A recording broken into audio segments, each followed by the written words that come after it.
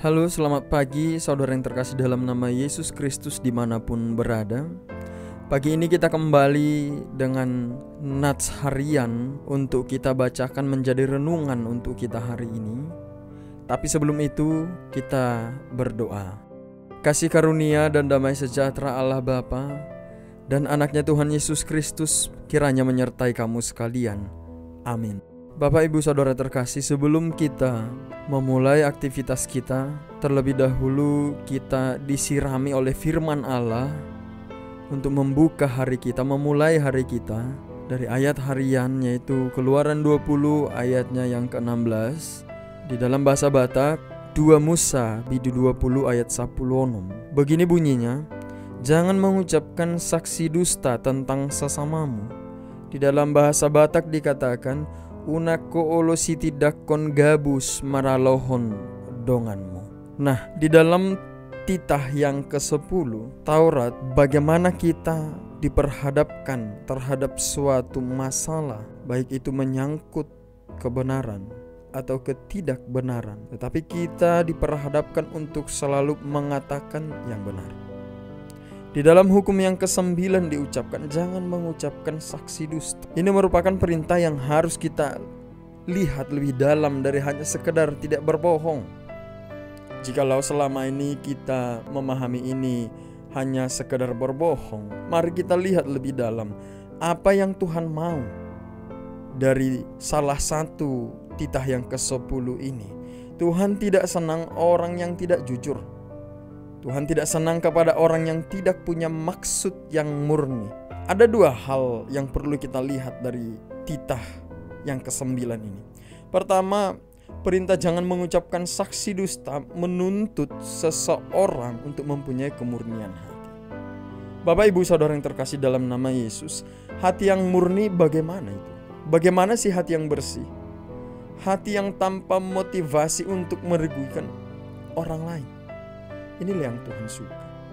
Tuhan tidak senang kepada orang yang berbelat-belit, karena demikianlah dikatakan oleh Alkitab. Tuhan juga akan bertindak kepadanya. Tuhan tidak akan pernah palsu. Tapi Tuhan tahu bagaimana bertindak menghadapi orang yang palsu. Di dalam kekristenan bukan hanya mengurus orang percaya masuk surga, bukan. Tetapi kekristenan juga menuntut atau mengurusi tentang keadilan. Kekristenan harus menyatakan keadilan, menyatakan kebenaran di tengah dunia.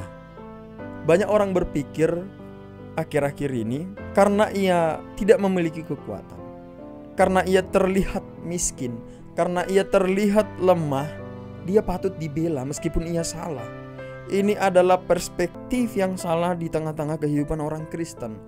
Kerap kali kita melihat orang yang lemah, kerap kali kita melihat orang yang tidak memiliki kekuatan untuk membela dirinya. Meskipun ia salah, kita membelanya. Di dalam firman Allah jelas itu adalah salah. Coba kita lihat referensi dari firman Allah yang lain, yaitu yang tertulis di Keluaran 23 ayat 3. Boleh kita bandingkan, di situ firman Allah juga janganlah memihak kepada orang miskin dalam perkaranya. Apa yang mau dikatakan di sini? Yang mau dikatakan di sini ialah jangan kita memihak kepada ia meskipun ia lemah, meskipun ia tidak memiliki kekuatan. Kalau memang ia jelas bersalah, mari kita tindak dia melalui keadilan di dalam kasih, menegur ia di dalam kasih. Bapak Ibu Saudara yang terkasih, yang kedua, perintah ini adalah juga karena Tuhan mencintai keadilan. Coba kita bayangkan jika keadilan tidak ada di dunia ini. Meskipun kita katakan kita percaya Kristus, kita percaya kepada Allah Sang Pencipta, tetapi kita tidak memiliki keadilan, bagaimana? Tuhan adalah Tuhan yang adil. Tuhan kita mau setiap kesaksian diberikan untuk pengadilan, memberikan keputusan yang tepat untuk orang yang bersalah. Kita garis bawahi ya, untuk orang yang bersalah. Yang pastinya setiap gereja, setiap negara memiliki cara masing-masing untuk menindak orang-orang yang tidak benar, untuk menindak orang-orang yang bersalah. Itu sebabnya saksi adalah posisi yang sangat penting. Saksi harus memberitakan apa yang dia lihat, apa yang dia tahu, supaya pengadilan memutuskan dengan tepat. Bapak Ibu Saudara yang terkasih dalam nama Yesus, Di dalam Alkitab banyak contoh tentang saksi dusta. Waktu Raja Ahab mau kebun anggurnya Nabot, Raja Ahab mengatakan, "Saya beli kebun anggurmu." Waktu Raja Ahab mengatakan, "Saya beli kebun anggurmu," Nabot mengatakan, "Ini warisan, perintah Tuhan. Warisan tidak boleh diperjualbelikan." Akhirnya Ahab marah, dia pulang ke rumah, masuk ke kamar. Nah, apa yang mau kita lihat di sana? Izebel mau menanganinya, maka ia mengumpulkan orang-orang jahat dan mengatakan, "Kalian ajak Nabot makan. Setelah itu kalian bertiga langsung bersaksi bahwa orang ini menghujat raja dan menghujat Tuhan." Nah, ini adalah salah satu contoh betapa kejinya jika orang jahat itu menjadi saksi. Karena ia akan mengatakan kebohongan, ia akan mengatakan sesuatu yang tidak benar. Meskipun itu akan jatuh ke dalam dosa, ia tidak peduli. Tuhan berikan kelonggaran penghukuman sedikit, tapi itu tidak menjadi ukuran kepada kita. Banyak lagi kasus-kasus yang lain. Bagaimana juga terhadap Yesus, fitnahan-fitnahan, saksi-saksi jahat yang tidak benar terjadi juga kepada Yesus. Nah, kerap kali di dalam hidup kita juga akan diperhadapkan dengan seperti itu. Kita diperhadapkan dengan suatu kasus, suatu kejadian, suatu perkara. Apakah kita karena ketakutan kita menyaksikan hal yang salah? Apakah kita karena takut, khawatir, kita jadi berbohong? Pasti hari-hari kita akan diperhadapkan dengan hal-hal yang seperti itu. Tetapi orang-orang yang setia terhadap kebenaran, orang-orang yang setia terhadap firman Allah, itu adalah mereka yang selalu mengatakan yang benar. Mereka akan selalu menyaksikan hal-hal yang benar untuk mereka katakan terhadap orang sekitar. Maka dari itu, Bapak Ibu Saudara yang terkasih dalam nama Yesus, kita pada pagi hari ini diingatkan kembali salah satu daripada titah yang ke-10 itu, supaya kita jangan bersaksi dusta, supaya kita mengatakan yang benar, kita jangan berbohong, kita melihat firman itu sungguh-sungguh hidup.